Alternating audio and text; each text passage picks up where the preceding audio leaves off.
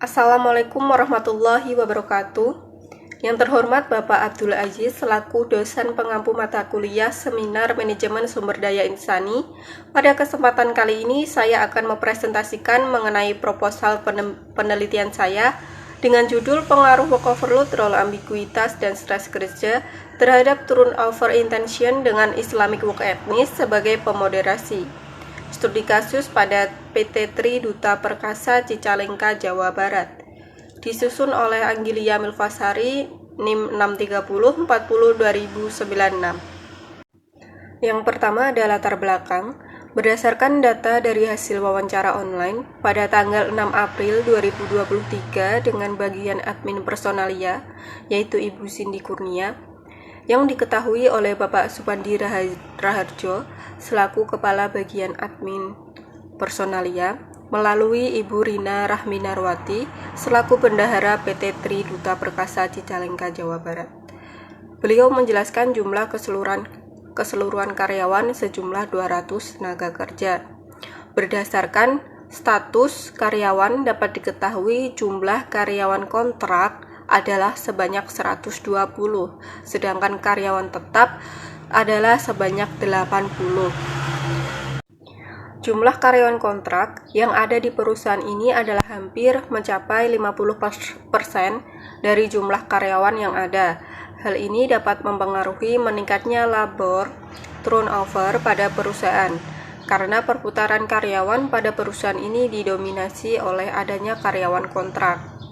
Untuk mengetahui tingkat turnover karyawan di PT Tri Duta Perkasa Cicalengka, maka penulis melakukan pengamatan awal melalui wawancara dengan Ibu Cindy Kurnia yang berkaitan dengan data jumlah karyawan yang masuk dan telah berhenti bekerja sejak tahun 2019 sampai 2022. Sebagaimana ditampilkan pada tabel di samping saya.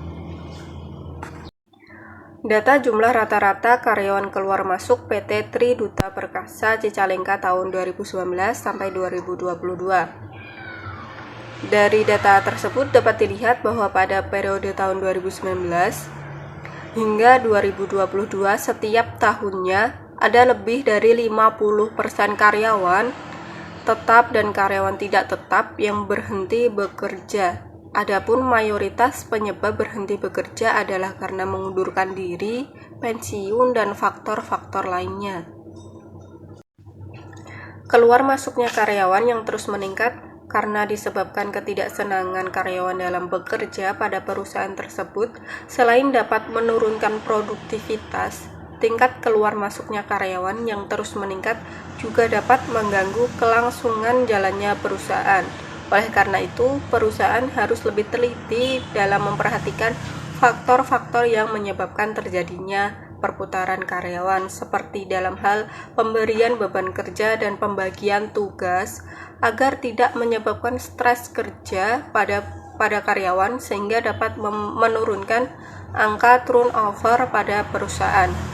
Nah, berdasarkan penjelasan tersebut, peneliti tertarik untuk meneliti lebih lanjut mengenai faktor-faktor yang menyebabkan terjadinya turnover di PT Tri Duta Perkasa Cicalengka, Jawa Barat. Adapun rumusan masalah dalam penelitian ini yang pertama yaitu bagaimana pengaruh work overload terhadap turnover intention, yang kedua bagaimana pengaruh role ambiguitas terhadap turnover intention, yang ketiga bagaimana pengaruh stres kerja terhadap turnover intention, yang keempat bagaimana pengaruh work overload terhadap turnover intention yang dimoderasi oleh etos kerja Islam, yang kelima bagaimana pengaruh role ambiguitas terhadap turnover intention yang dimoderasi oleh etos kerja Islam, yang keenam bagaimana pengaruh stres kerja terhadap turnover intention yang dimoderasi oleh etos kerja Islam. Tujuan penelitian ini yang pertama untuk mengetahui pengaruh work overload terhadap turnover intention, yang kedua untuk mengetahui pengaruh role ambiguitas terhadap turnover intention, yang ketiga untuk mengetahui pengaruh stres kerja terhadap turnover intention, yang keempat untuk mengetahui pengaruh work overload terhadap turnover intention yang dimoderasi oleh etos kerja Islam, Yang kelima, untuk mengetahui pengaruh low ambiguitas terhadap turnover intention yang dimoderasi oleh etos kerja Islam. Yang keenam, untuk mengetahui pengaruh stres kerja terhadap turnover intention yang dimoderasi oleh etos kerja Islam. Manfaat penelitian bagi akademis. Hasil dari penelitian ini dapat menjadi referensi bagi penelitian-penelitian berikutnya yang sejenis di waktu yang akan datang, dan diharapkan penelitian berikutnya dapat memperbaiki kelemahan dan menyempurnakan penelitian ini. Sedangkan manfaat bagi perusahaan, hasil dari penelitian ini diharapkan dapat menjadi bahan masukan bagi perusahaan, terutama dalam hal yang berkaitan dengan work overload, role ambiguitas, maupun stres kerja. Selanjutnya yaitu telaah pustaka. Sekelompok penelitian tentang pengaruh work overload terhadap turnover karyawan menyimpulkan adanya yang positif dan signifikan, yaitu dalam penelitian Imelda Veronica pada tahun 2021. Sementara itu, terdapat hasil penelitian yang saling bertolak belakang.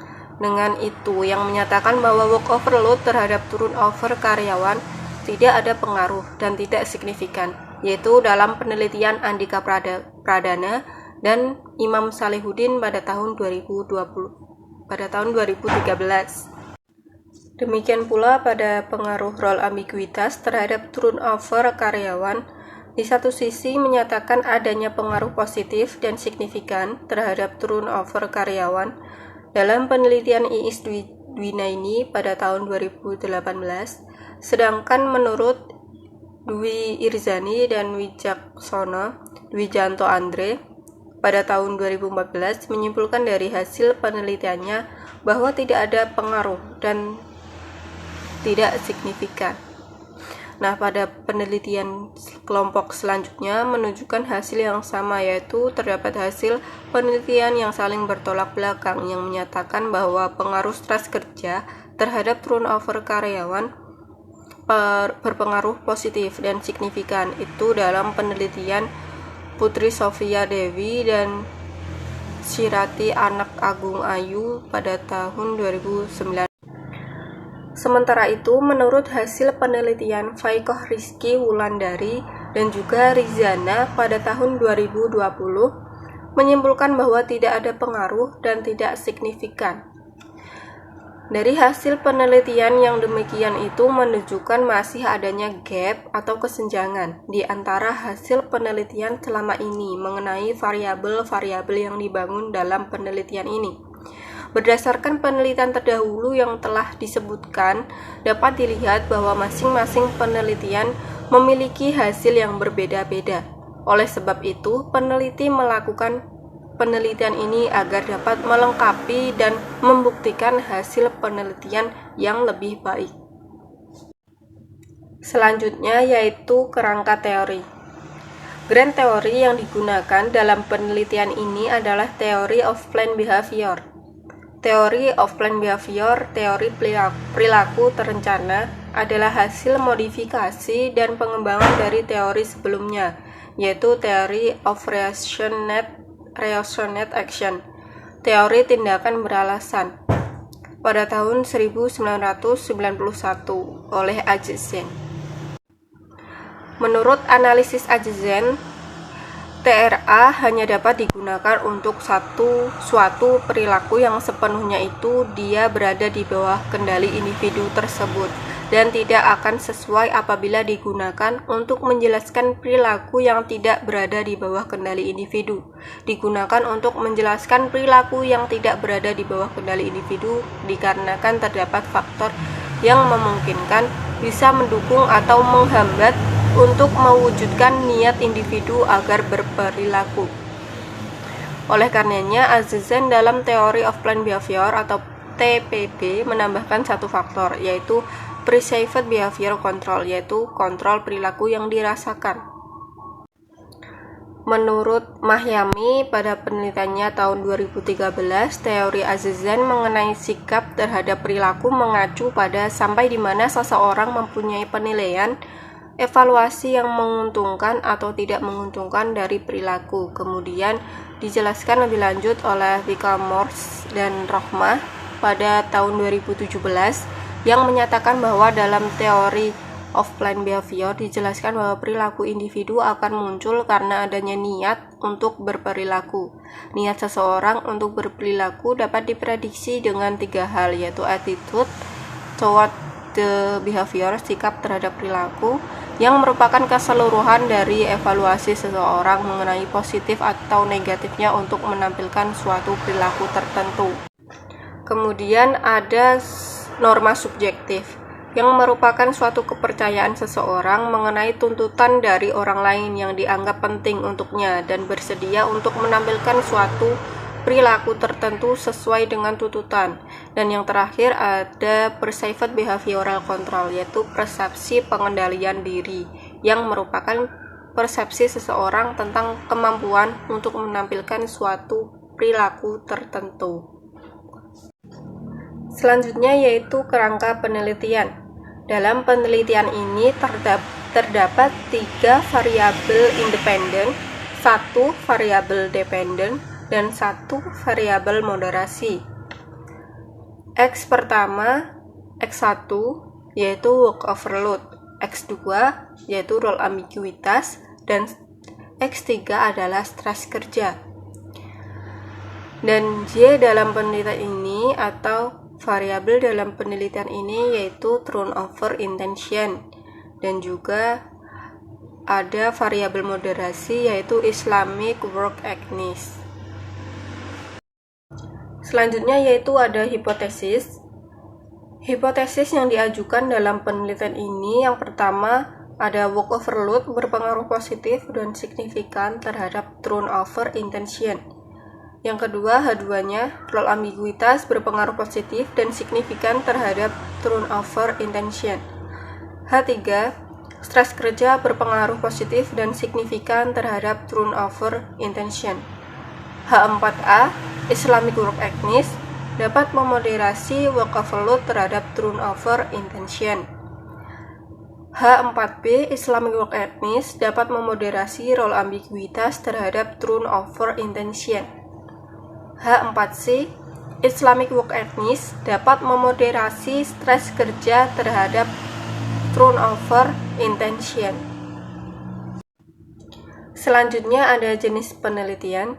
Penelitian ini berjenis kuantitatif, yaitu proses menemukan pengetahuan dengan menganalisis informasi yang ingin diketahui dengan menggunakan data numerik sebagai alatnya. Ini menurut Kasiram 2008. Menurut pendapat Nana Sujana dan Ibrahim mengartikan bahwa penelitian kuantitatif sebagai penelitian yang didasari oleh asumsi di mana penelitian juga menentukan variabel yang akan dilakukan analisis menggunakan penelitian yang valid. Selanjutnya ada lokasi dan pelaksanaan penelitian. Lokasi yang akan digunakan dengan judul pengaruh work overload, role ambiguitas, dan stres kerja terhadap turnover intention dengan Islamic work ethics sebagai pemoderasi bertempat pada PT Tri Duta Perkasa Cicalengka, Jawa Barat yang beralamat di Jalan Raya Cicalengka Timur, nomor 564, Marga Asih, Kecamatan Cicalengka, Kabupaten Bandung, Jawa Barat 40395. Selanjutnya ada populasi dan sampel. PT Tri Duta Perkasa Cicalengka memiliki karyawan sebanyak 200 orang, yang juga merupakan populasi dalam penelitian ini. Pengambilan sampel memakai teknik probability sampling yang digunakan sebagai sampel setelah mengacu kepada pihak yang dirasa cocok. Dipilih melalui sampel random sampling yang ditemui di PT Tri Duta Perkasa Cicalengka, Jawa Barat. Sampel yang digunakan sebanyak 134 kuesioner. Selanjutnya ada teknik pengumpulan data. Data primer dalam penelitian ini dikumpulkan dengan kuesioner yang disusun berdasarkan pembagian dari indikator setiap variabel yang dilibatkan dalam penelitian ini. Penelitian ini memilih metode yang seluwes mungkin dengan memadukan penyerahan secara langsung kuesioner dalam bentuk printout maupun dikirim secara elektronik melalui G-form. Selain itu, peneliti mengumpulkan data sekunder yang didapat dari berbagai sumber literatur, artikel, dan data lembaga yang dianggap relevan dengan penelitian. Selanjutnya ada definisi operasional variabel. Variabel yang digunakan dalam penelitian ini terdiri dari 3 variabel independen bebas, 1 variabel dependen terikat, dan 1 variabel moderasi, yaitu variabel independen bebas adalah variabel yang menentukan arah atau perubahan tertentu pada variabel dependen. Adapun variabel independen dalam penelitian ini adalah work overload sebagai X1, role ambiguitas sebagai X2, dan stres kerja sebagai X3. Selanjutnya ada variabel dependen terikat adalah variabel dipengaruhi atau yang menjadi akibat dari adanya variabel bebas. Adapun variabel dependen dalam penelitian ini adalah turnover intention sebagai Y. Selanjutnya yang terakhir ada variabel moderasi. Adalah variabel yang memperkuat atau memperlemah hubungan antara variabel independen dan variabel dependen. Variabel moderasi juga disebut sebagai variabel kontingensi, biasa dinotasikan sebagai variabel Z atau dengan huruf Z. Adapun variabel moderasi dalam penelitian ini adalah Islami work ethics. Untuk memberikan gambaran yang lebih jelas tentang variabel penelitian, maka disajikan tabel sebagai berikut. Di sebelah samping saya, di sini terdapat definisi operasional dan indikator penelitian. Di sini yang pertama ada work overload, merupakan sejumlah tugas-tugas yang harus dikerjakan oleh pekerja dalam waktu tertentu, yang mana dalam pelaksanaannya menuntut kemampuan yang lebih dari yang dimiliki. Tugas-tugas tersebut melebihi kadar rutinitas dari yang biasa dilakukan oleh pekerja, sehingga membutuhkan waktu ekstra.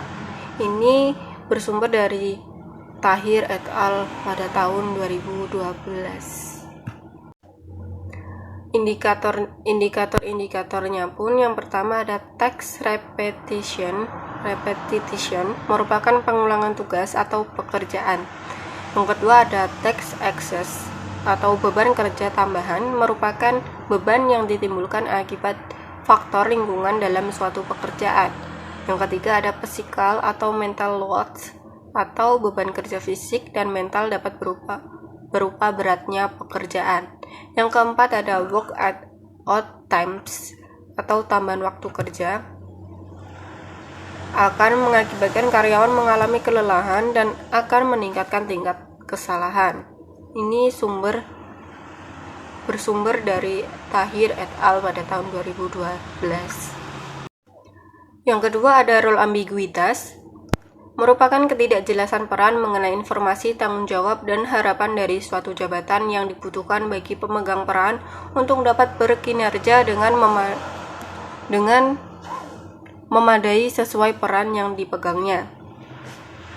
Ini menurut Triyono Agus Joko dan Prayitno pada tahun 2017. Indikatornya pun yang pertama ada wewenang, dua ada tanggung jawab, yang ketiga kejelasan tujuan, yang keempat deskripsi pekerjaan, bersumber dari Sari dan Suryanawan pada tahun 2016. Yang ketiga ada stres kerja, merupakan reaksi negatif dari orang-orang yang mengalami tekanan berlebih yang dibebankan kepada mereka akibat tuntutan, hambatan, atau peluang yang terlampau banyak. Ini bersumber dari Masyi et al. 2018.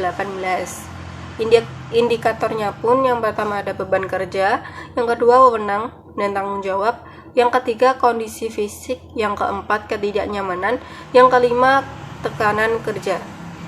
Bersumber dari Julfia 2016. Yang keempat ada turnover intention, merupakan kecenderungan atau niat karyawan untuk berhenti bekerja dari pekerjaannya secara sukarela atau pindah dari satu tempat kerja ke tempat kerja yang lain menurut pilihannya sendiri. Ini bersumber dari Mobley pada tahun 2011. Adapun indikatornya, yang pertama ada thinking of quitting, pikiran untuk keluar dari perusahaan. Yang kedua, intention to search for alternative, atau pencarian alternatif pekerjaan lain. Yang ketiga, intention to quit, yaitu niat untuk keluar. Ini berdasarkan sumber dari Mobley tahun 1986. Yang terakhir ada Islamic awareness, merupakan karakter dan kebiasaan manusia berkenaan dengan kerja, terpancar dari sistem keimanan atau akidah Islam yang merupakan sikap hidup mendasar terhadapnya. Bersumber dari Asifuddin tahun 2004. Adapun indikatornya, yang pertama ada upaya atau effort, yang kedua kerjasama, teamwork, yang ketiga kejujuran, honesty, yang keempat ada akuntabilitas, bersumber dari Khotijah Kamaluddin Salim 2015. Selanjutnya ada uji instrumen penelitian. Uji-uji yang digunakan dalam penelitian ini, yang pertama ada uji kualitas data, yaitu uji validitas dan uji reliabilitas. Yang kedua ada uji asumsi klasik, yaitu uji normalitas, uji heteroskedastisitas, uji autokorelasi, uji multikolinearitas. Yang ketiga ada uji statistik, yaitu uji T, uji secara parsial, uji F, uji secara simultan. Yang terakhir yaitu uji R2, yaitu uji koefisien determinan. Yang keempat ada analisis regresi linear. Yang kelima ada uji moderate regression analysis atau MRA. Yang terakhir ada alat analisis data. Alat analisis yang digunakan dalam penelitian ini adalah menggunakan program data SPSS, Statistical Product and Service Solution. Data yang diperoleh merupakan data kuantitatif yang berupa angka dan diaplikasikan menggunakan IBM SPSS 20. Menurut Nihayah 2019, SPSS merupakan salah satu program aplikasi dengan kapasitas untuk melakukan suatu analisis statistik yang cukup maju dan sistem pengolahan data dalam bentuk grafis dengan kotak dialog dasar dan menu deskriptif untuk penggunaan yang mudah. Kemudian akan didapatkan output berupa hasil pengolahan data dan diinterpretasikan dan akan dilakukan analisis terhadapnya. Setelah dilakukan analisis baru diambil kesimpulan. Demikian presentasi yang dapat saya sampaikan. Semoga apa yang saya sampaikan ini dapat bermanfaat bagi kita semua. Apabila terdapat kekurangan dan juga kesalahan, saya mohon maaf yang sebesar-besarnya, karena kesempurnaan hanyalah milik Allah Subhanahu wa taala. Akhirul kalam, wabillahi taufiq wal hidayah, wassalamualaikum warahmatullahi wabarakatuh.